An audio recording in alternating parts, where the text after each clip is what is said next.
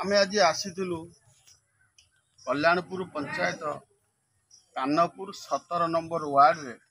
आमे 16 तारीख प्रसारण करूँ बाबू जनकर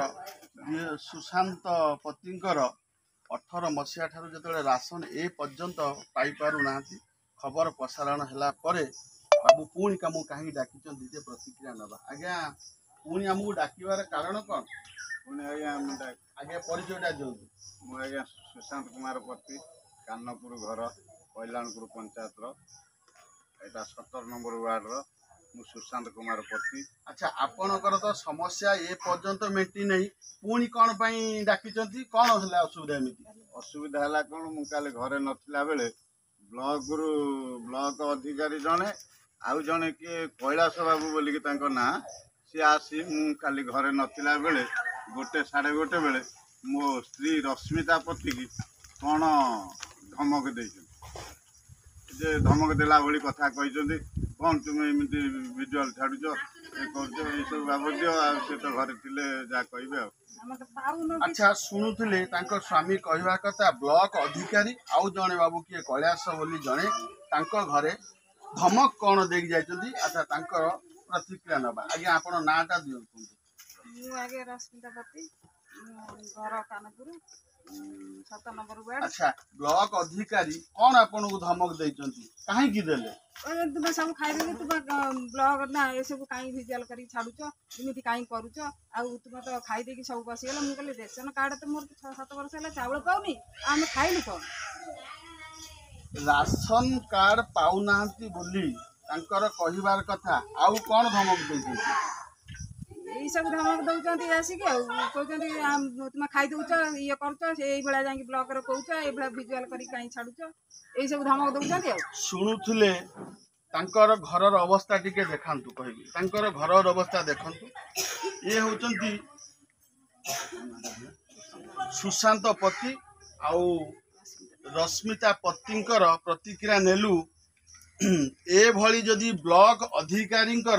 कौनसी कर्मचारी जे कि साधारण लोकटे जितेबाला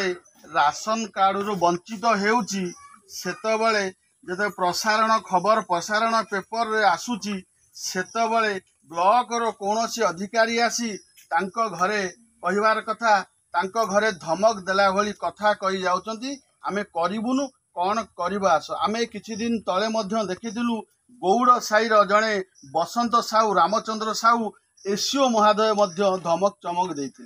एबे मध्य जड़े सांबादिक को गाड़ी चढ़े मारी देवाकू पीओ सुशांत साहू मध्य कहउचंती पुणी आज सही कन्नपुर कल्याणपुर पंचायतर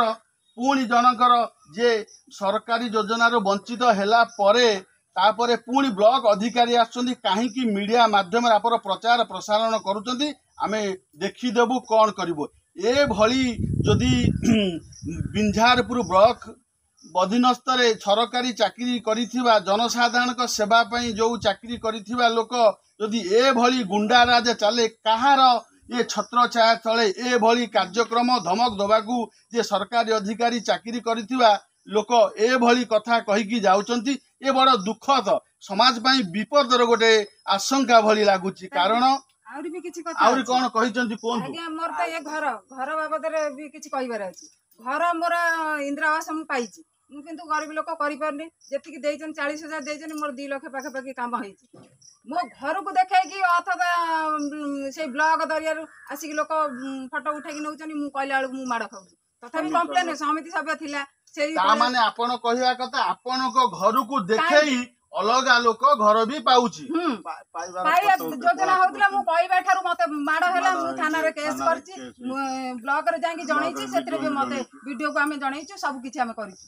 वीडियो कौन कहले अत्याचार कौन पाई होउची वीडियो ए विषय कौन कहले मो घर मु पाउनी मो नागी सरकारी बाबू अलगा लोकंगर फोटो उठाउचंदी कहबार कथा इया ना आ ए परे प्रतिक्रिया वीडियो बाबू कौन कहले किछि कहले ने कहले हां आउ हबो नै तुम जा आउ हबनी जाओ जीवन तुम जा तुम्हें पाइजो ना हम तो पाइछु मामू पचले तुम पाइछ ना मु कहले हां जाजपुर जिला बिंझारपुर ब्लॉक रो ए एक बड़ दुखदायक घटना कहले चले जदि साधारण लोकटिए ए सरकारी योजनार वंचित रहे जदि कौन स्वर उत्तोलन करुचंती तांकु धमक दिया जाउची प्लस तांको घर सी तो पाइना तांको घररू मध्य सरकारी अभाव अलगा लोकों को फोटो उठे पत्रकार दे आईन श्रृंखला प्रति तो मनुष्य साधारण लोकंकर मध्य भय जात हलानी ए भली जदि सरकारी बाबू जने चाकरी करिथिबा लोक जदि लोकंक सेवा न करे तांकु जदि कोनोसी प्रश्न करा जाए कि कोनोसी पाइबा पई तांको गति की जाआंती ताले से मध्य धमक दउचंदी ए का छत्र छाया तळे ए बिंजारपुर ब्लॉक जाजपुर जिल्लार ए भली सरकारी कार्यक्रम होउची एतिपति साधारण लोकर भरोसा उठी जिवो आमे प्रशासन को निवेदन करिवु तांकर जेमिति सरकारी कोनोसी अधिकारी की डर ना भय ना कौन किछि बोधे नाही ए बोधे एक प्रकार दबंगिरी चलीची तेणु करी आमे उच्च स्तरीय आमे विडीओ एवं कलेक्टर एवं जो तहसीलदार महोदय को निवेदन करिवु जदि सरकारी कर्मचारी जे लोकंक सेवा न करी जदि दबंगिरी देखा जाए ताहले आर पदक्षेप कौन निया जाउची बिंझारपुर रिपोर्टर विजय कुमार बारिक।